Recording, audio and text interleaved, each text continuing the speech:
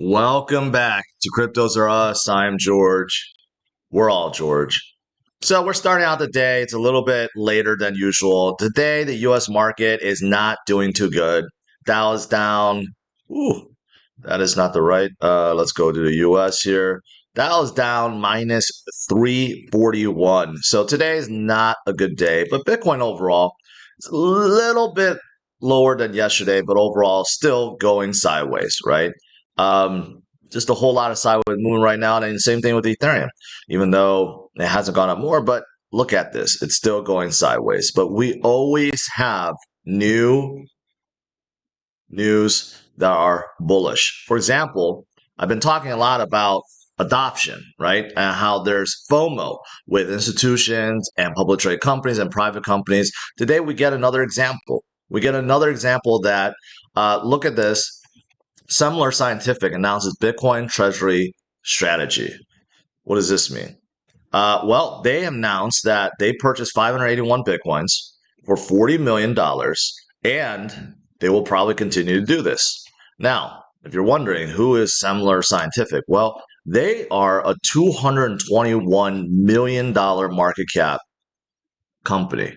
So they're not a nobody. They're at the size of MicroStrategy already, and they're implementing a Bitcoin strategy, right? Like you hear about this all the time now. Various companies from around the world that are implementing a Bitcoin strategy, and that is absolutely fantastic.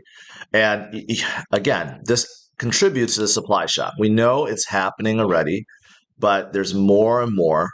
And this has nothing to do even with the ETFs. This is direct purchase of Bitcoin. And just yesterday, MetaPlanet added more Bitcoin. Of course, MicroStrategy is going to add more Bitcoin. And there are so many others out there that are adding more Bitcoin. It seems like almost every single week. So this is another example of FOMO and good news because, hey, more and more people are learning about Bitcoin and they like what they see. And that's why they're implementing a Bitcoin strategy. So, absolutely phenomenal. And as for ETFs, even though yesterday was kind of a sideways day, we still had a net inflow, specifically from, well, the biggest inflow, specifically from BlackRock. And it's important because today is actually a day, or yesterday was actually a day where BlackRock has flipped above Grayscale. So yesterday was the first day. Now BlackRock holds 288,670 to 287,450. All right, so it finally happened. We were waiting for this, and it happened after what, 21 weeks. Okay, but still, point is this: there are still a lot of inflows. Even though yesterday Grayscale even sold, despite the selling, we still had a net positive inflow day. And again, the FOMO continues. So even though short-term volatility still exists, Bitcoin has not skyrocketed to another new high yet. These big boys, these big institutions, um, and public trade companies and privately held companies are still adding more Bitcoin. In fact, BlackRock themselves are buying their own trust to put into their own into their own portfolio. So think about it, right? Even when BlackRock buys their own, you know that they probably hold a lot more than what we're being led on, right? And this is being discovered all the time. But, you know, BlackRock and Vanguard and Fidelity and State Street and all these big players on Wall Street, they probably haven't disclosed everything that they have. And they probably have a lot more than what we know at this point in time. But here's the thing. What do we know? Well, we do know this. Since the inception of Bitcoin ETFs, the price has been going up due to the supply shock and obviously because there are a lot of people buying, right? So far, just this year, we had 237,000 Bitcoin being bought that went into the ETFs. And at this current pace, you know, if you look at it, it's going to be 500,000 by the end of this year. So if you just think about how much Bitcoin went up in price Okay. And then you times that by 2. So, at the very least, that would put Bitcoin at 150,000 by the end of this year, if you think about it.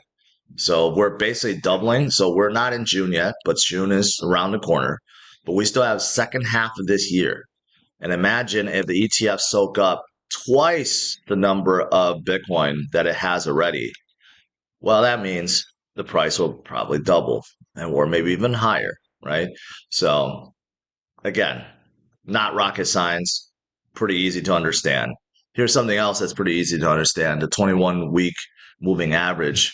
And you can see all the little green dots. So when in doubt, zoom out, and you'll notice that during recovery times, yeah, there's up and downs. There's definitely up and downs. 20% drops, 30% drops.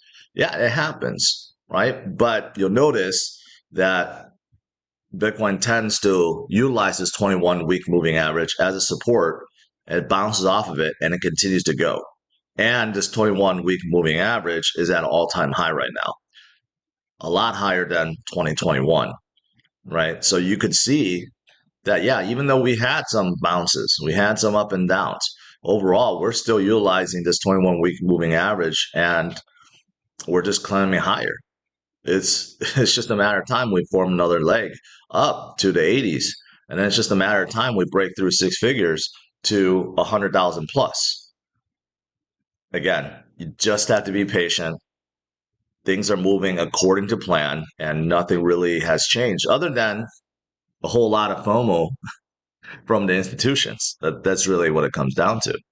Hodl waves, basically, close to 50% of all Bitcoin in existence has been held for 3+ years. And that number continues to go up, right? And you could see 7 to 10 years or 5 to 7 years, 7 to 10 years, 10-year plus, all skyrocketing. So again, this is what we want to see. And this contributed to supply shock. There's just not that much to go around. There really isn't. All right, last 2 things. I did see a lot of people love Pepe. So Robinhood of Europe is now doing a Pepe airdrop. So it's funny how Pepe has become so dominant, and they're not even in the U.S. Coinbase doesn't even have Pepe listed, right? But it's amazing to see this. But yeah, Robinhood of Europe is going to get some Pepe airdrops. I don't know why. You just go get it. And then lastly, those of you guys that had money stuck in Gemini Earn, you will get all of it back. They finally have gotten approval. They're going to return $2.2 billion to users after pausing withdrawals 18 months ago. Again, this debacle is the one that's tied in with Grayscale because DCG controlled Genesis, and Genesis was the company behind Gemini Earn. So finally, they got through that, and now you're able to withdraw. Basically, I think they said 97%, right? So that's pretty good. So FTX is returning more than 100%, 118%. Gemini is returning close to 100%, right? So at least that's sort of good news based on all the black swans that has happened in 2022 and 2023. So, well, overall, guys, my point is this: stay strong, even though it seems like Bitcoin is a little bit weaker. It really isn't. We have seen this before. We're going sideways. And if you look at and pay attention to what's going on, there are a lot of great, great things, right? A lot of great things. So I'll be attending Consensus today and doing some other stuff. So I don't know about tonight. Maybe I'll be filming on my phone again, or maybe not. We'll see. Have a good one, guys. Smash over the like, subscribe to the channel, and I'll see you guys later. Bye-bye.